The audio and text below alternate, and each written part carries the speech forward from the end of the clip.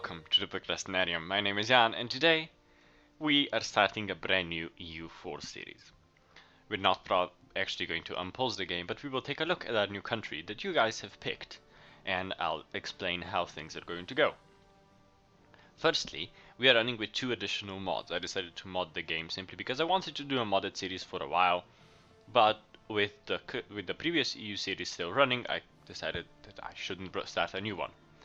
So this is going to be a modded series.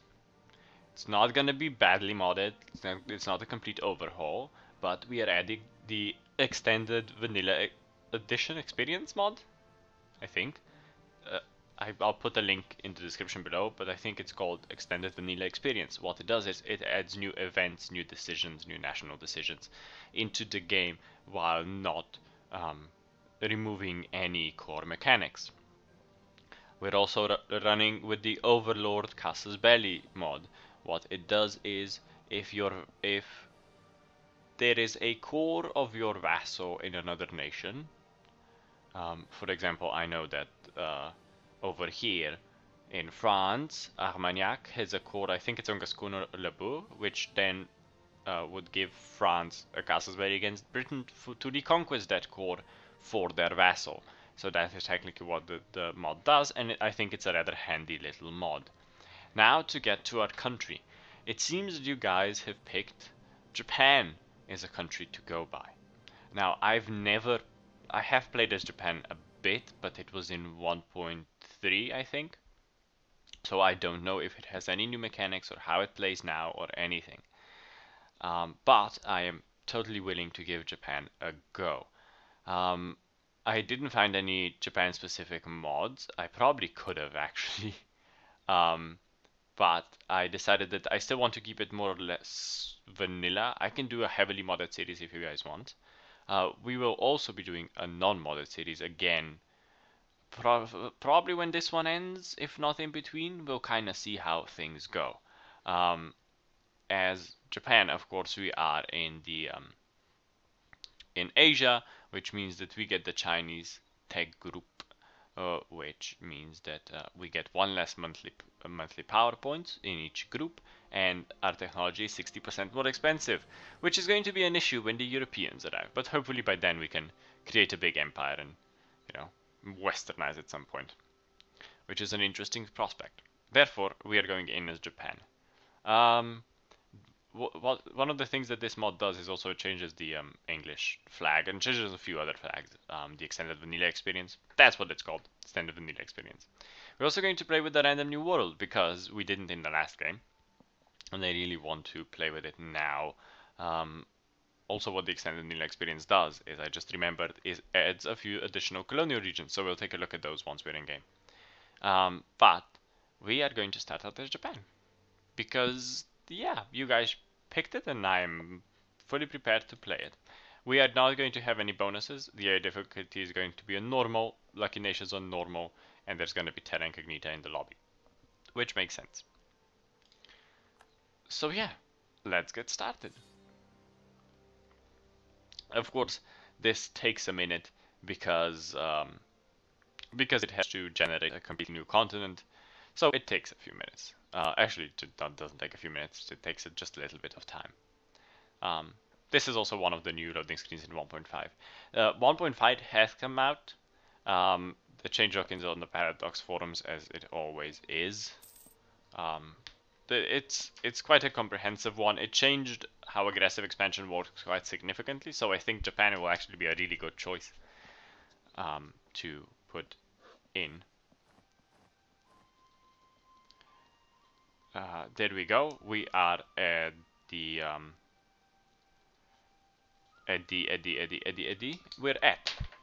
we are in our nation. As Japan, you start out as the shogunate, and all these whatchamacallit, I know it says somewhere here. It says somewhere here.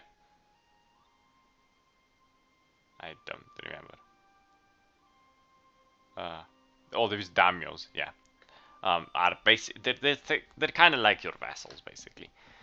So we are going to start working and integrating some of them as quickly as possible, especially the bigger ones. like we're going to try to get this one, the Yamana, to be integrated, and Uesugi, I think. We'll try to integrate these two, and then the rest we'll do slowly.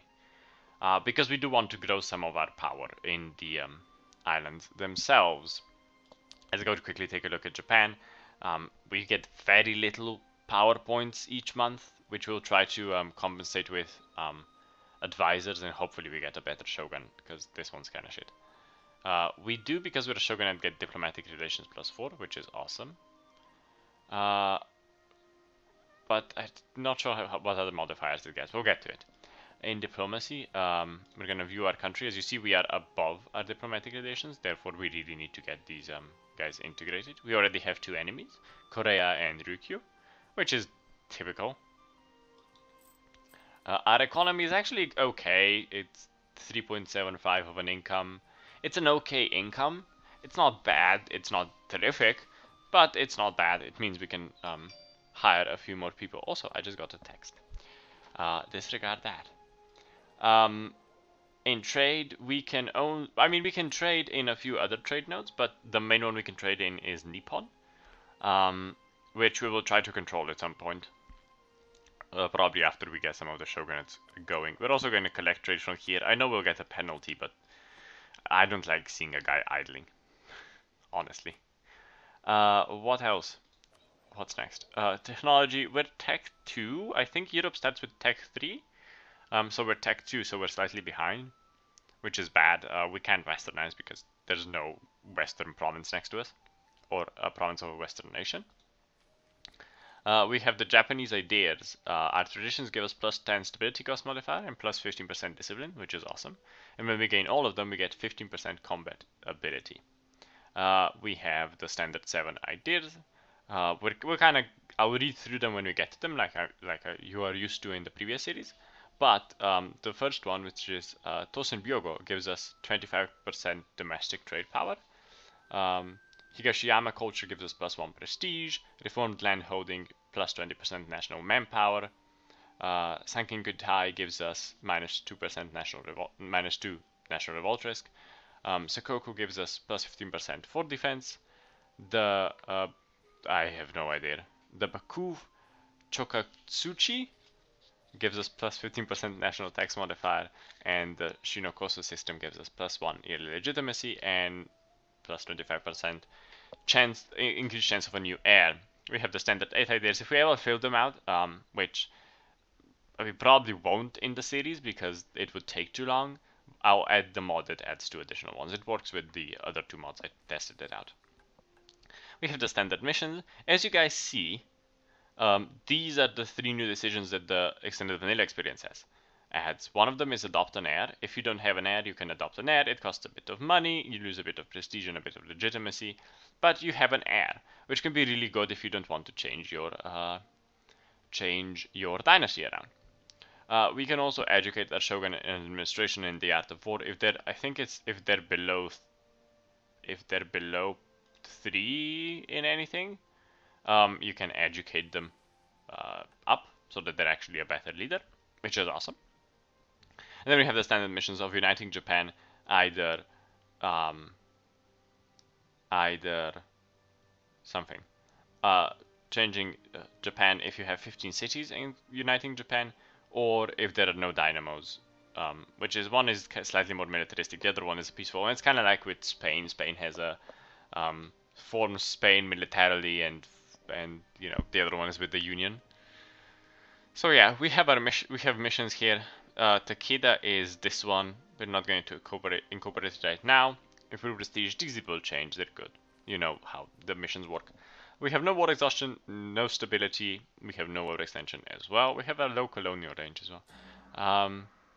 Our religion is Shinto. The stability cost modifier goes down by 5%. The Morales Armies is higher by +10%. And tolerance of heathens is -1, but that's okay. We have no heathens at the moment. And our fate is Shinto, which is good. I think we're the only one that have Shinto though. Yeah, we're the only ones with Shinto, because then there's Confucian in China, Korea, and Manchu, and then there's a huge chunk of Buddhist over here. There's Hindu in the Champa, which is funny, and Sunni in Indonesia, which is, yeah, it's how it is. It makes sense. There's some issues over here in India, which we'll get to if we ever get to India. I am still going to try and do the kind of historical brief you guys are used to in the other series. I'll try to do that. I'm not sure I'll be able to, but I'll try. Here are some of the new regions. That regions to India, Indochina, East Indies. I think it also adds them to Australia. I know it adds a bunch to Africa, so that's kind of good. It extends on what was already there, which means that these islands over here, once we colonize all of this, which we probably will become their own thingy. We are going to go as our first idea group. Once we get to level 4, we're going to go for I'm not sure. We're probably going to go for exploration so we can start colonizing some of these islands, especially I don't remember what this island is called, but the North Island and then Kamchatka and the Kurils, you know, to piss off Russia and Taiwan and stuff like that. Because Taiwan is actually a really, really good thing to have. So colonization will be fun. We have the standard units, Asian Longbow, Asian East Archer Cavalry, as I said, with Chinese tech group, so it costs a lot to tech up. So we'll just have to try and be good. And we have all our vassals, which provide us with a bit of money, which is good. Because we ourselves don't get a lot of money, because the provinces that actually belong to Japan are kind of shit. Just saying.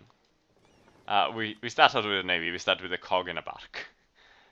So we're going to send the bark to protect trade in Nippon. It won't do much, but it will do something. And yeah, I think I'm going to end the episode here. This is going to be episode 0, as you guys are used to. Me doing episode 0 and then episode 1 and so on. We might actually build that army though. 2,000, 7,000. I think it's 50% here, yeah. So we might actually just build 2 additional cavalry. Just so that we have a nice army going. But yeah, I'm gonna end the episode here, and I'll be back with episode 1 on Thursday. And tomorrow there should be an evil genius, as we are used to. Banished will also be returning, probably on Friday. Banished is a really good game, but it's hard to record because there's so much things that don't happen, which means that you just kind of wait around for things to accumulate, and then you build something, and then they accumulate again, and then they build, and you build something. It's kind of that kind of game, but I really enjoy playing it. I've been playing it in my spare time, but yeah, there might be a few more videos of that, maybe 3-4 videos more of Banished, and then we'll probably end the series, because Banished as a let's play isn't as interesting, I think. And we might replace it with the vanilla series of EU4. You never know. But that has been for this episode. I hope you enjoyed this episode and that you will enjoy the new series. If you did enjoy this episode, don't forget to share. Don't forget to like, comment, subscribe if you're new. And, you know, until next time. Bye-bye.